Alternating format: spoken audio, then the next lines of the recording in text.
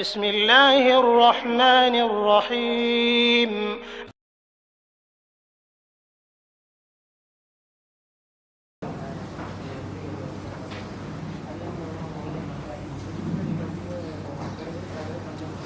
السلام عليكم ورحمة الله وبركاته.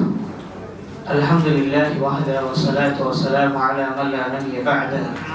أما بعد فإن خير الحديث كتاب الله خير الهدي هدي محمد صلى الله عليه وسلم وشر الأمور محدثاتها وكل محدثة بدعة وكل بدعة ضلالة وكل ضلالة في النار. قال الله تعالى في القرآن المجيد وفي الفرقان الحميد. أعوذ بالله من الشيطان الرجيم. بسم الله الرحمن الرحيم. بئس ما اشتروا به أنفسهم أن يكفروا بما أنزل الله بغيا أن ينزل الله من فضله على من يشاء من عباده فباءوا بغضب على غضب وللكافرين عذاب مهين. وإذا قيل لهم آمنوا بما أنزل الله قالوا نؤمن بما أنزل علينا ويكفرون بما وراءه وهو الحق مصدقا لما معهم قل فلم تقتلون أنبياء الله من قبل إن كنتم مؤمنين. உலகத்தை படைத்து வழிபடுத்திக் கொண்டிருக்கும் ரஹ்மான் அல்லாஹ்வுக்கே புகழ் அனைத்தும் உரித்தாக. அவர் சாந்தியும் சமாதானம் பெருமானார் முஹம்மது ஸல்லல்லாஹு அலைஹி வஸல்லம் அவர்கள் மீதும் அவருடைய அடிச்சொற்றை அப்படியே பின்பற்றிய உத்தம சத்திய சஹாபாக்கள் மீதும் தாபீன்கள் மீதும் தாபீன்கள் மீதும் முக்கியமாக அமர்ந்து கொண்டிருக்கும் அல்லாஹ்வின் நல்லடியார்கள் மீதும் உலகத்தில் இருக்கும் அனைத்து முஸ்லிம்கள் முஃமின்கள் மீதும் என் மீதும் என்றென்று உச்சமாக என்று கூறி இன்றைய தஃப்சீரை ஆரம்பம் செய்கின்றேன். கண்ணியத்திற்குரியவர்களே, அல்லாஹ்வியார்களே, அல்ஹம்துலில்லாஹ் சூரத்துடைய தஃப்சீர்கள் தொடர்ந்து நடந்து கொண்டிருக்கிறது. சூரத்துல் பக்ராவுடைய தஃப்சீர் இதுவரை 89வது வசனம் வரை நாம் பார்த்திருக்கிறோம். அதை தொடர்ந்து இன்று நாம் 90வது வசனத்தை பற்றி பார்க்க இருக்கிறோம். கண்ணியத்திற்குரியவர்களே, அல்லாஹ்வியார்களே, அல்லாஹ் தன்னுடைய திருமறையை சொல்கின்றான், இந்த குர்ஆனை நீங்கள் மீது இறக்காமல் தங்கள் மீது இறக்காமல் அல்லாஹ் தன்னுடைய அடியார்களின் தான் நாடியவரின் மீது தன்னுடைய அருளிலிருந்து இறக்கி வைத்ததற்காக பொறாமை கொண்டு அல்லாஹ் இறக்கி வைத்ததை குர்ஆனை நிராகரித்து தங்களின் ஆத்மாக்களை எதற்கு பகரமாக விற்று விட்டார்களோ அது மிக கெட்டதாகும். ஆகவே அல்லாஹ்வின் கோபத்திற்கு மேல் கோபத்துக்கு அவர்கள் ஆளாகிவிட்டார்கள். இன்னும் நிராகரிப்போருக்கு இழிவு தரும் வேதனை உண்டு. அல்லாஹ் இறக்கி வைத்த வேதத்தை கொண்டு நீங்கள் நம்பிக்கை கொள்ளுங்கள் என்று அவர்களுக்கு சொல்லப்பட்டால், நாங்கள் எங்களின் மீது இறக்கப்பட்டதை கொண்டு மற்றும் நம்பிக்கை கொள்வோம் என்று அவர்கள் கூறுகின்றனர். அதை தவிர உள்ளதை அவர்கள் நிராகரித்து விடுகின்றனர். ஆனால் அக்குர்ஆனானது அவர்களுடன் இருக்கக்கூடிய தௌரீத் வேதத்தை உண்மைப்படுத்துகின்ற நிலையில் சத்தியமான வேதமாக இருக்கிறது. நீங்கள் உண்மையான நம்பிக்கையாளர்களாக இருந்தால் இதற்கு முன் அல்லாஹ்வின் நபிமார்களை நீங்கள் ஏன் கொலை செய்தீர்கள் என்று அவர்களிடத்தில் தூதரை நீங்கள் கேட்கிறார்கள். தொடர்ந்து யூதர்களை பற்றி இந்த இடத்திலே அல்லாஹ் பதிவு செய்து கொண்டிருக்கிறான். அவர்களுக்கான அந்த அழைப்பு பணி நடக்கையில் நிறைய விஷயங்களை ரசூலுல்லாஹி ஸல்லல்லாஹு அலைஹி வஸல்லம் அவர்களுக்கு அவர்களுடைய முன்னால் சென்றவர்கள் செய்ததை சுட்டிக்காட்டுகின்றான். அதுபோன்று இந்த குர்ஆன் அவர்கள் மீது இறக்கப்பட்ட பொழுது அவர்கள் தௌரீத்தை மட்டும்தான் நாம் ஏற்றுக்கொள்வோம், எங்கள் மீது என்ன கொடுக்கப்பட்டதோ அதை தான் நாம் ஏற்றுக்கொள்வோம், இது எங்களுடைய வேதம் கிடையாது அப்படின்னு சொல்லி குர்ஆனை அவர்கள் ஒதுக்கக்கூடியவர்களாக இருந்தார்கள். மேலும் எதற்காக அவர்கள் குர்ஆனை ஒதுக்கக்கூடியவர்களாக இருந்தார்கள் என்றால் பொறாமை. ஒரு மிகப்பெரிய ஒரு விஷயம் அவருடைய மனதில் இருந்தது என்னவென்றால், எங்களுடைய சமூகத்திலிருந்து ஏன் நபி வாழ, அது ஒரு மிகப்பெரிய ஒரு நெஞ்சு அவங்களுடைய மனசுக்குள்ளே இருந்துச்சு. அதற்காகத்தான் என்ன அவர்களுக்கு நாம் மார்க்கத்தை எடுத்து வைத்தாலும் அவர்கள் அதை எப்படி முடியுமோ அந்த அளவிற்கு அதை நிராகரிப்பதற்காக தயாராக இருந்தார்கள். அதை அல்லாஹ் வந்து என்ன செய்கிறான், என்னுடைய கோபத்திற்கு அவர்கள் ஆளாகி விட்டார்கள். உதாரணத்துக்கு சூரத்துல் ஃபாத்திஹால கூட நம்ம வகையில் மஹ்தூபி அலைஹிம், மஹ்தூப் என்று ஒரு கூட்டம் இருக்கிறது. அந்த மஹ்தூப் யாரு? இந்த யூதர்கள் தான். அதைத்தான் அல்லாஹ் சொல்கின்றார், அவர்கள் கோபத்திற்கும் கோபத்திற்கு மேல் கோபத்திற்கு அவர்கள் அதற்கு உள்ளாகிவிட்டார்கள். அந்த விஷயம் அவர்களுக்கு எது கொண்டு போய் சேர்க்கும்? அதாபும் முஹீன், மிகவும் கடுமையான வழி தரக்கூடிய வேதனை அவர்களுக்கு கிடைக்கும் என்று அல்லாஹ் சொல்கின்றான். அடுத்ததாக அல்லாஹ் சொல்கின்றான், அவர்களிடத்திலே நாங்கள் ஈமான் கொள்ளுங்கள் என்று சொல்லும் பொழுது இந்த வேதத்தை வைத்து அவர்கள் சொன்னார்கள், இதன் மீது எல்லாம் நாம் ஈமான் கொள்ள மாட்டோம், இது என்னுடைய நபிக்கு கொடுக்கப்படலை, இது மூசா அலைஹிஸ்ஸலாமுக்கு கொடுக்கப்படலை, நீங்க யாரு முஹம்மது, நாங்க யாருடைய ஃபாலோவர்ஸ், மூசா அலைஹிஸ்ஸலாம், நமக்கு கொடுக்கப்பட்டது தௌராத். அவர்கள் அதையும் ஈமான் கொண்டார்கள் என்று சொன்னார்கள். ஆனால் முழுமையாக அவர்கள் ஈமான் கொள்ளவில்லை. தௌராத்தையும் அவர்கள் பொய்யாக எழுதி விற்கக்கூடியவர்களாக இருந்தார்கள். அவர்களை பற்றி அல்லாஹ் தெளிவாக சொல்கிறான், அவர்களுக்கு எந்த புத்தகம் வந்தாலும் அவர்கள் அதை என்ன செய்கிறார்கள், நிராகரித்து விடக்கூடிய கூட்டமாக இருக்கிறார்கள். நீங்க குர்ஆனை சொல்லி அவங்களுக்கு என்ன பிரயோஜனம்? அவங்க தௌராத்தையே நிராகரித்தாங்க. மூசா அலைஹிஸ்ஸலாமுக்கு என்ன கொடுக்கப்பட்டதோ, அவங்களுடைய நபிக்கு என்ன கொடுக்கப்பட்டதோ அதையே அவர்கள் நிராகரிக்கக்கூடியவர்களாக இருந்தார்கள். அவங்களுக்கு போயிட்டு நீங்க இந்த குர்ஆனை நம்புங்க, இந்த குர்ஆன் அல்லாஹ்வுடைய வேதம், இதை வந்து நீங்கள் ஏற்றுக்கொள்ளுங்க என்று சொன்னால் அவர்கள் எப்படி இதை நம்புவார்கள்? ஆகையால் அல்லாஹ் சொல்கின்றான், அவர்கள் எந்த அளவிற்கு மோசமானவர்கள் என்றால், அம்பியாக்களை கொலை செய்யக்கூடிய துணிந்த ஒரு கூட்டம். இதுவரைக்கும் எந்த ஒரு சமூகமும் நபிமார்களை கொலை செய்ய துணிந்தது கிடையாது, பனு இஸ்ராயீலை தவிர. பனு இஸ்ராயீலர்கள் அவர்களுடைய கூட்டத்தில் அனுப்பப்பட்ட சமூகத்தில் அனுப்பப்பட்ட நபிமார்களையே கொலை செய்ய துணிந்தவர்கள். அதற்காக அல்லாஹ் சொல்கின்றான், நபியை நீங்கள் கேளுங்கள், நீங்க தௌராத்தை தான் பின்பற்றீங்க அப்படின்னா நபிமார்களை ஏன் கொலை பண்ணீங்க, எதற்காக கொலை பண்ணீங்க? இந்த கேள்வியை அவங்கள்ட்ட கேளுங்க, இதுக்கு என்ன பதில் சொல்றாங்க பார்க்கலாம். அல்லாஹ் வந்து நபி முஹம்மது ஸல்லல்லாஹு அலைஹி வஸல்லம் அவங்கள்ட்ட சொல்றான், வலகத் ஜாஅக்கும் மூஸா பில் பையினாத்தி ஸும்ம தഖத்துமுல் இஜ்ல மின் பஅதி வ அன்தும் ஸாலிமூன். அல்லாஹ் மறுபடியும் அந்த விஷயத்தை நினைவுபடுத்துறான். மூசா அவங்க இடத்துல நிறைய அத்தாட்சிகளை கொண்டு வந்தாங்க. அவர்கிட்ட என்னென்ன அத்தாட்சி இருந்துச்சு? மிராக்கிள்ஸ் நிறைய இருந்துச்சு. தௌராத் மட்டுமா அத்தாட்சி? அதுக்கு முன்னாடியும் அல்லாஹ் அவருக்கு அத்தாட்சியை கொடுத்துருந்தான். ஆசா இருந்துச்சு அவர் கையில. அதுக்கப்புறம் கையில வந்து அவர் வந்து இப்படி கையை வந்து அக்கல்ல வச்சு இப்படி எடுத்தாங்கன்னா என்ன ஆகும்? அது வந்து வெள்ளையா ஒளியா மாறும். இது அல்லாஹ் வந்து ஒரு கொடுத்த ஒரு பவர் மூசா அலைஹிஸ்ஸலாமுக்கு.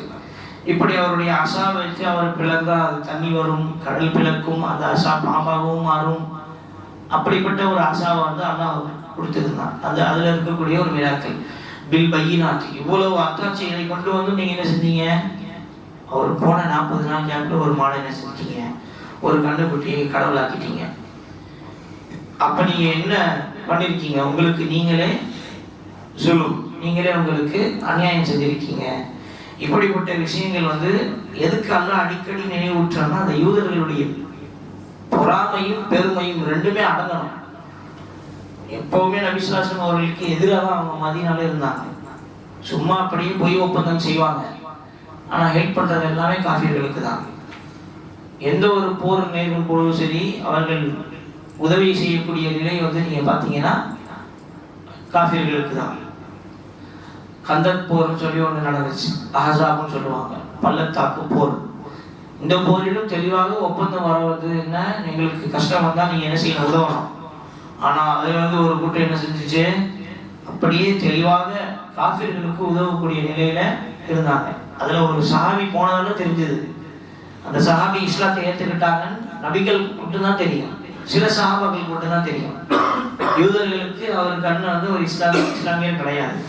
அவர் ஒளிந்து மறைவு ஒரு ஸ்பையா போய் அந்த பனு குறைவாவுடைய கூட்டத்தில் போயிட்டு வாங்க நபியுடைய அந்த கூட்டங்களை போய் கொள்ளலாம் அப்படின்னோடனே எல்லாம் ஒப்பந்தத்தை மாற்றி சரி வாங்க போகலாம் அப்படின்னு சொல்லி ஏற்றுக்கிட்டாங்க. உடனே ரசூலுல்லாஹி ஸல்லல்லாஹு அலைஹி வஸல்லம் அவர்களுக்கு நீங்கள் வந்து என்ன செய்யுங்க, இங்கே இருங்க, நான் போயிட்டு வந்துடுறேன் அப்படின்னா அந்த முஸ்லீமான சஹாபி உடனே வந்தார். உடனே ரசூலுல்லாஹ் இவங்க ஒப்பந்தத்தை முடிச்சுட்டாங்க, நான் வந்து ஒரு முஸ்லீமாக அவங்கள்ட்ட போல, நான் வந்து ஏற்கனவே எப்படி இருந்தேனோ அந்த நிலையில போனேன், ஆனால் நான் இஸ்லாத்தை கொண்டு தான் அவங்களுக்கு தெரியாது. நான் போய் அவங்களை கூப்பிட்டோன்னா அவங்க என்ன செஞ்சுட்டாங்க, படையை மாறிக்கிட்டாங்க. நிறைய பொருள் கிடைக்கும், நிறைய பொருளாதாரம் கிடைக்கும், காஃபிர்கள்ட்ட நிறைய விஷயங்கள் இருக்குது அப்படின்னு சொல்லிட்டு 10,000 பேர்கிட்ட வந்துருந்தாங்க. நிறைய ஒட்டகங்கள், நிறைய பொற்காசு, நிறைய எல்லாமே இருக்கும். அதுக்கு ஆசைப்பட்டு முஸ்லீம்களுக்கு உதவாமல் அவங்க வந்து என்ன செஞ்சுட்டாங்க, அந்த சஹாபி கையில் ஒப்பந்தம் செஞ்சுட்டாங்க. இது வந்து ஒரு டெஸ்ட்டு, ரசூலுல்லாஹ் வச்ச டெஸ்ட்டு, என்னென்ன பண்ணுறாங்கன்னு பார்க்கலாம். அப்படிப்பட்ட அந்த சோதனையில் அவங்க தோற்று போயிட்டாங்க. அவங்க வந்து உண்மையை அவங்களுடைய முகத்தை காட்டிட்டாங்க, அவங்க யாருன்னு சொல்லிட்டு. உடனே ரசூலுல்லாஹி ஸல்லல்லாஹு அலைஹி வஸல்லம் அவர்கள் எல்லாரையும் நிற்க வச்சு என்ன செஞ்சாங்க, முடிச்சு அவங்கள கொண்டுட்டாங்க. யார் காரணம்? அவர்கள் செய்த அந்த ஒப்பந்தம் முறிவு. அந்த இடத்துலயே உமர் ரலியல்லாஹு கேட்டாங்க என்ன செய்யணும் அப்படின்னு. உமர் ரலியல்லாஹு சொன்னாங்க, இவங்களெல்லாம் விடக்கூடாது, இவங்களுக்கு ஒரே நிலைமை தான். அப்போ அவங்களுக்குன்னு ஒரு சஹாபி வந்து நெருக்கமானவராக இருந்தார். அந்த சஹாபி போய் சொன்னாங்க, இப்படி இஷாரா பண்ணாங்க, உங்களுக்கெல்லாம் இப்போ இதுதான் அப்படின்னு சொல்லிட்டு போயிட்டார். அந்த சஹாபி வந்து சிபாரிசு பண்ணுவாங்க நினைச்சாங்க, முடியலை. எல்லோரும் கொல்லப்பட்டார்கள். காரணம், போர் ஒப்பந்தத்தின் பொழுது ஏமாற்றக்கூடியவர்கள், இந்த மாதிரி போர் ஒப்பந்தத்தை முறிக்கக்கூடியவங்க, போரிலிருந்து பின்னாடி ஓடக்கூடியவங்கலாம் பெரும்பாவம் செய்யக்கூடியவர்கள். இவர்கள் யூதர்களாக இருந்தும் என்ன செய்யலை, ஒப்பந்தத்தை ரசூலுல்லாஹ்வுக்கு மதீனாவிலே இருந்து மதீனாவிலே வாழ்ந்து அந்த இடத்துல வந்து ரசூலுல்லாஹ்வுக்கு உதவி செய்யாமல் போயிட்டாங்க.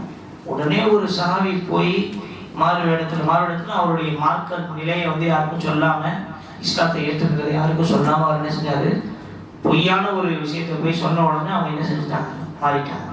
இதற்காக ரசூலுல்லாஹி ஸல்லல்லாஹு அலைஹி வஸல்லம் அவர்கள் வந்து இந்த போரில் இவர்கள் வந்து கண்டிப்பாக என்ன செய்வாங்க, மாறு செய்வாங்க. அதற்கு முன்னாடி இவங்களை வந்து நம்ம என்ன செய்யணும், அடித்து விடணும் என்று ரசூலுல்லாஹி ஸல்லல்லாஹு அலைஹி வஸல்லம் முடிவு செய்தார்கள். அப்படித்தான் இவர்கள் இருக்கக்கூடிய இந்த சமூகம் வந்து ரொம்ப மோசமான ஒரு கூட்டம். அவர்களுக்கு கொடுக்கப்பட்ட வாக்குறுதிகளை எல்லாம் அவர்கள் மீறக்கூடியவர்கள். وَإِذَا أَخَذْنَا مِيثَاقَكُمْ وَرَفَعْنَا فَوْقَكُمُ الطُّورَ خُذُوا مَا آتَيْنَاكُمْ بِقُوَّةٍ وَاسْمَعُوا قَالُوا سَمِعْنَا وَعَصَيْنَا وَأُشْرِبُوا فِي قُلُوبِهِمُ الْعِجْلَ بِكُفْرِهِمْ قُلْ بِئْسَ مَا يَأْمُرُكُمْ بِهِ إِيمَانُكُمْ إِن كُنتُم مُؤْمِنِينَ. அல்லாஹ் அந்த இடத்துல வந்து இப்போ மூசா அலைஹிஸ்ஸலாம் தூர் மலையில் கூப்பிட்டான். அவர்கிட்ட வந்து சில விஷயங்களை பேசுறதுக்காக. மூசா அலைஹிஸ்ஸலாமுக்கு ஒரு பேர் இருக்கு, இன்னொரு பேர் என்ன பேர், கலீமுல்லா. ஏன் அது எதுக்கு தெரியுமா? அவர் டைரக்டாக அல்லாஹ்ட்ட பேசக்கூடிய ஒரு நபியாக இருந்தாங்க. எல்லா நபிக்கும் வஹி மூலமாக தான் ஒரு பேச்சு வரும். அவர் வந்து வானத்திலிருந்து சத்தம் வரும், அந்த சத்தத்துக்கு அவர் பதில் கொடுப்பாரு. அதுக்கு குர்ஆன்லயே ஆதாரம் இருக்கு. ஏன்னா அவர் வந்து அவர் மனைவியோட வந்து ஹிஜ்ரத் செய்யும் பொழுது ஒரு ஓரத்தில் ஒரு மரத்தில் நெருப்பு வந்து என்ன ஆச்சு, தோணிச்சு. உடனே அந்த நெருப்பை எடுத்துட்டு வெளிச்சத்துக்காக போகலாம் அப்படின்னு பார்த்தா அந்த நெருப்பே கிடையாது, ஒரு வெளிச்சம். யா மூசா அப்படின்னு சொல்லி ஒரு சத்தம் வந்துச்சு. இது மாதிரி தான் வந்து அல்லாஹ் தூரில் அவர்கிட்ட பேசுறதுக்காக கூப்பிட்டான். மூசா அலைஹிஸ்ஸலாமுக்கு கொடுக்கப்பட்ட அந்த பட்டம் என்ன, கலீமுல்லா, அல்லாஹ்விடத்திலே பேசக்கூடிய ஒரு நபி. அல்லாஹ்விடத்திலே பேசக்கூடிய ஒரு நபி. எப்படி இஸ்மாயில் அலைஹிஸ்ஸலாமுக்கு ஒரு பேர் இருக்கு, ஜபீஹுல்லா.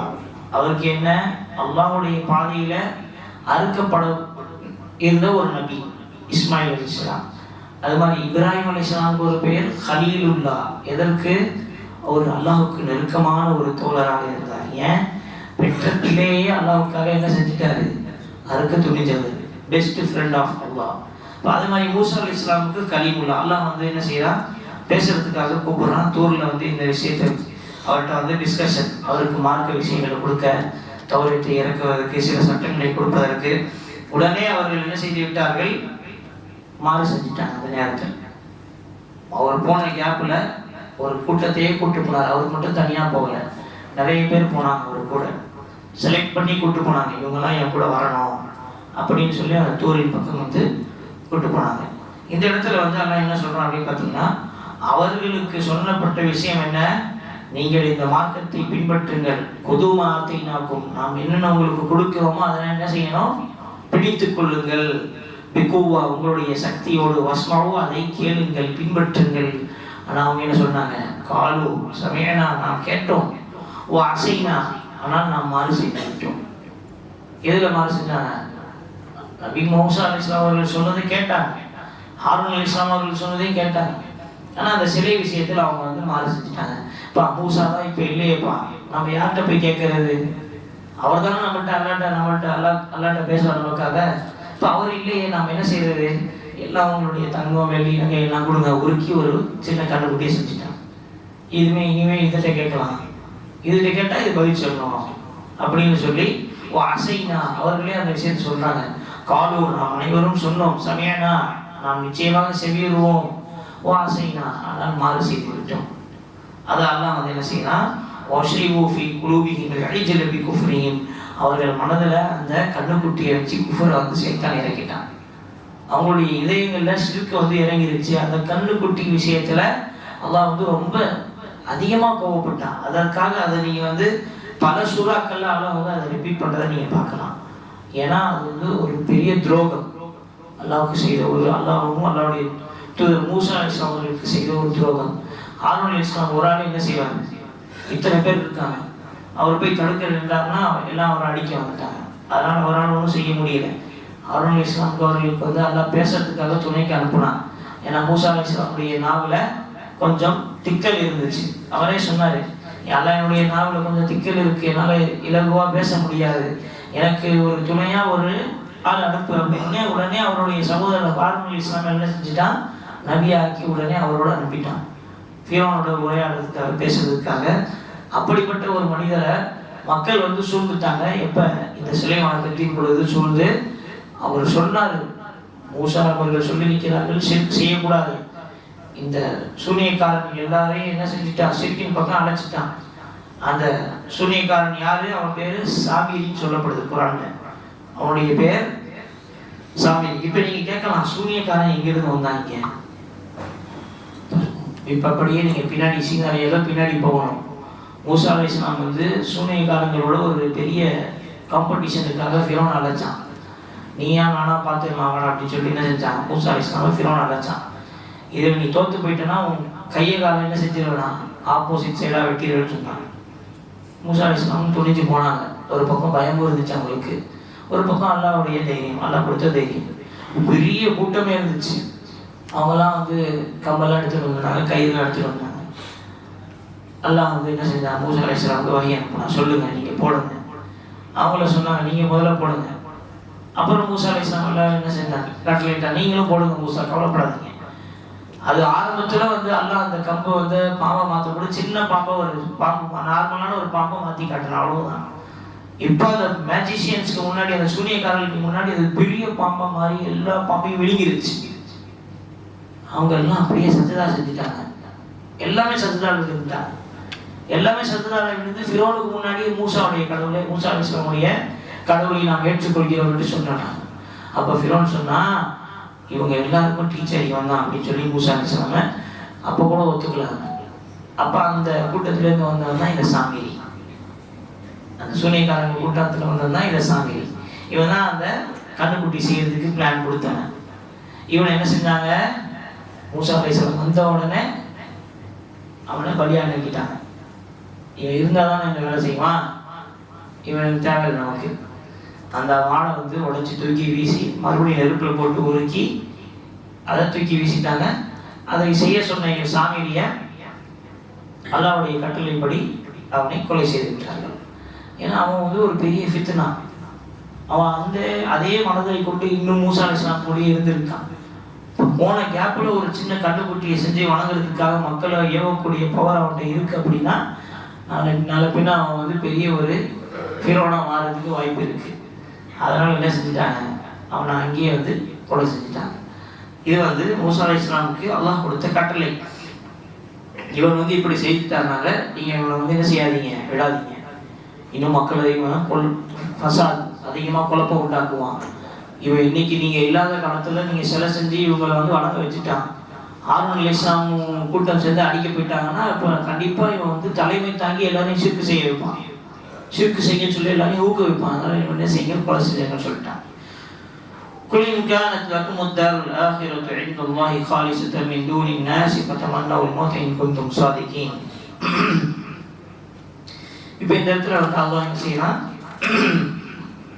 யூதர்களை பற்றி சொல்றான். அவங்களுக்கு என்னதான் கடைசியில முடிவு, யூதர்களே, அல்லாஹ்விடம் உள்ள மறுமை வீடான சொர்க்கமானது மற்ற மனிதர்களுக்கின்றி உங்களுக்கே சொந்தமானதாக இருந்தால், இவ்வாறு சொல்வதில் நீங்கள் உண்மையாளர்களாக இருந்தால் அதனை அடைவதற்காக நீங்கள் மரணத்தை ஆசை வையுங்கள் என்று அவர்களிடம் நபியை கூறுகிறார்கள்.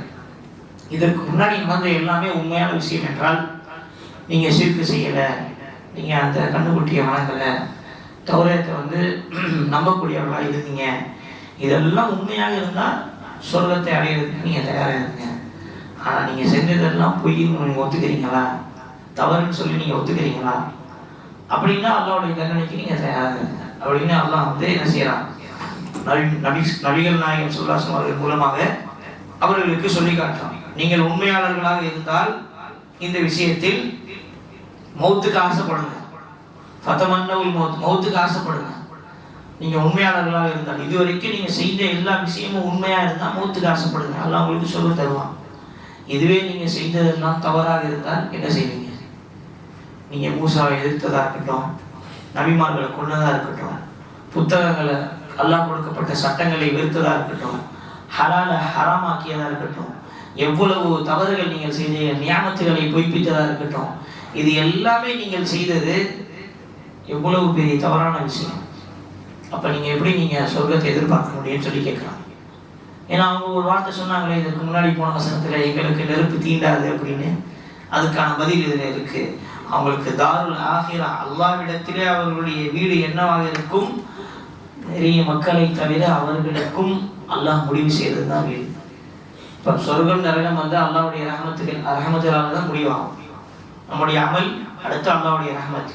கேள்வி கேட்கப்பட்டது, சஹாபாக்கள் கேட்டாங்க, யாரும் சொல்ல உங்களுக்குமா அப்படின்னு கேட்டாங்க. ஆமா எனக்கும் தான், அல்லாஹ்வுடைய ரஹமத்தால தான் முடிவாகும்.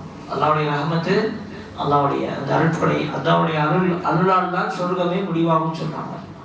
அப்ப எதற்கு இந்த இடத்துல இந்த கேள்வி யூதர்கள்ட்ட கேட்கப்பட்டது என்றால், அவர்கள் செய்ததெல்லாம் துரோகம், அவர்கள் செய்ததெல்லாம் ஏமாற்றம், அவர்கள் செய்ததெல்லாம் பித்தலாட்டம், அவர்கள் செய்ததெல்லாம் தந்திரம், அவர்கள் எப்படியெல்லாம் ஹராமான விஷயத்தை ஹலாலான முறையில் செய்ய வேண்டுமோ அதெல்லாம் செஞ்சாங்க.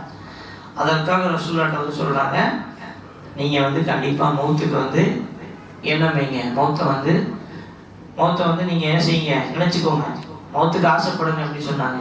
அதுக்கப்புறம் பதில் எல்லாம் சொல்றான், வலையத்தமன்னஹு அபதன் பிமா கத்தமத் ஐதீஹிம் வல்லாஹு அலீமும் பிஸாலிமீன். அவர்கள் மௌத்துக்கு ஆசைப்பட மாட்டார்கள். அல்லாஹ் என்ன சொல்றான், வலையத்தமன்னஹு அபதன், அவர்கள் எப்பவுமே மௌத்துக்கு ஆசைப்பட மாட்டாங்க. ஏன்னா அவங்க செய்த பாவம் அப்படி, அவர்கள் செய்த துலும், அவர்கள் செய்த அந்த அநியாயம் அப்படி, என்னென்ன அவர்களுடைய கைகள் செய்து வைத்ததோ அது எல்லாம் அல்லாஹ் அலீம், அறியக்கூடியவன், பித்தாலிமீன், அநியாயக்காரர்களை எல்லாம் அல்லாஹ் அறிந்தவனாக இருக்கிறான். நீங்க நபிட்ட சொல்றான், நீங்க நபியை நீங்க கூறுங்கள், அவர்களுக்கு மரணத்தின் மீது ஆசை கொள்ளுங்கள் என்று நீங்கள் உண்மையாளர்களாக இருந்தால். அடுத்ததா அல்லாஹ்வை பதில் சொல்லிட்டான், வலையத்தமன்னஹு, அவங்க நீங்க சொன்னாலும் மரணத்தை என்ன செய்ய மாட்டாங்க, விரும்ப மாட்டாங்க. ஏன்னா அவர்களுக்கு மரணத்தின் மீது ஒரு பயம் இருக்கு, மறுமையின் மீது ஒரு அச்சம் இருக்கு, அவர்கள் செய்ததெல்லாம் தவறு என்று அவர்களுக்கு தெரியும். அதனால அவன் மௌத்துக்கு ஆசையே பட மாட்டான். ஆனா அல்லாஹ் எல்லாவற்றையும் அறிந்தவனாக இருக்கிறான். அவர்கள் என்னென்ன அநியாயம் செய்தார்களோ, நபிமார்களுக்கும் சரி அல்லாஹ்வுக்கும் சரி அவர்களுக்கு கொடுக்கப்பட்ட அந்த வேதத்திற்கும் சரி, அதெல்லாம் அல்லாஹ் அறியக்கூடியவன் என்று அல்லாஹ் அந்த இடத்துல பதிவு செய்கிறான். இந்த இடத்துல நம்ம பார்த்த இந்த விஷயம் யூதர்கள்ட்ட இருந்த ஒரு பழக்கம் தான் அது. இது தொடர்ந்து வரக்கூடிய இந்த 4 வசனமும் யூதர்கள்ட்ட இருந்த பழக்கம். அவர்கள் தந்திரமுள்ளவர்கள், அவர்கள் ஹலாலை ஹராமாக்க நினைத்து ஹராமானதை ஹலாலாக்கி பயன்படுத்தக்கூடியவர்கள். அதுபோல அவர்கள் அத்தாட்சிகளை எல்லாம் பொய்ப்பிக்கக்கூடியவர்கள். என்னென்ன அத்தாட்சி கொண்டு வந்தாலும் சரி, கொஞ்சம் நம்புவாங்க, முழுமையான நம்பிக்கை இருக்காது. சரி ஓகே பார்த்துக்கலாம், இது ஓகே ஆசா இருக்கு இவர்கிட்ட, அப்போ ஆசால ஏதோ இருக்கு, அவ்வளோதான். முழுமையான நம்பிக்கை இருக்காது. எப்பவுமே இப்படி தான் இருந்தாங்க. ஒரு பக்கம் காலம் தப்பு, ஒரு பக்கம் இந்த பக்கம். ஈமான்ல ஒரு காலு, சிறுக்கில் ஒரு, குஃபுர்ல ஒரு கால், அப்படிதான் இருந்தாங்க. எதன் பக்கம் அவங்களுக்கு அதிகமா வழி தருதோ அந்த பக்கம் அவங்க வழி கெடுதலாம். அப்படிதான். அதற்காக தான் மூசா அலைஹிஸ்ஸலாம் சமூகத்தில் மிக குறைவானவர்கள் அவரை ஃபாலோ பண்ணி இருந்தவங்களா சொல்லப்படுறாங்க. மிக குறைவான ஒரு கூட்டம், பனு இஸ்ரவேலில் மிக குறைவான கூட்டம். மூசா அலைஹிஸ்ஸலாம் இருந்த வரையில அவர் கூட இருந்து ஈமான்ல இருந்து இறந்து போனாங்க. அவர் போனதுக்கு அப்புறம் நிறைய பேர் ஷிர்க்குக்கே போயிட்டாங்க. நிறைய பேர் குடும்பத்தோட ஷிர்க்குக்கே போனதா வரலாறு சொல்லப்படுது. இப்ப இந்த இடத்துல ஷிர்க் என்பது ஒரு மிகப்பெரிய பாவம் என்று நமக்கு தெரிய வருகிறது. அதுவும் அல்லாஹ்விற்கு செய்யக்கூடிய மிகப்பெரிய ஒரு அநியாயம். இன்ன ஷிர்க லதுல்முன் அதீம், பெரிய அநியாயம் என்று அல்லாஹ் சொல்கிறார். நிச்சயமாக ஷிர்கானது மிகப்பெரிய அநீதியாகும். ஆகையால் இந்த உலகத்தில் நம்ம இஸ்லாத்துக்கு வந்ததற்கு பிறகு அல்லாஹ்வுக்கு எதிராக யாரையும் நம்ம வணங்கவும் கூடாது, அல்லாஹ்வுக்கு இணை வைக்கவும் கூடாது. எந்த ஒரு விஷயத்தையும் அல்லாஹ்வுக்கு இணை வைக்கக்கூடாது. எதை நம்ம மனசில் பதிவு செய்யணும். அல்லாஹ்வுக்கு நம்ம ஏதாவது இணை வச்சுட்டோன்னா நாளைக்கு மறுமையில் நம்ம சொர்க்கம் நுழைவது ரொம்ப கஷ்டம். அதனால் நம் அனைவருக்கும் இணை வைத்தல் என்ற ஒரு கொடிய பாவம், பெரும் பாவத்திலிருந்து நம்மை பாதுகாப்பானாக. நம் அனைவருக்கும் நம்முடைய இறுதி மூச்சு இருக்கும் வரை இஸ்லாமிய மதத்திலே இருந்து, இஸ்லாமிய மார்க்கத்திலே இருந்து, இஸ்லாமிய வளங்களிலே இருந்து நம்மை இறக்கச் செய்வானாக. ஆமீன். வாஹித். அல்ஹம்துலில்லாஹி ரப்பில் ஆலமீன். அஸ்ஸலாமு அலைக்கும் வரஹ்மத்துல்லாஹி வபரகாத்துஹு.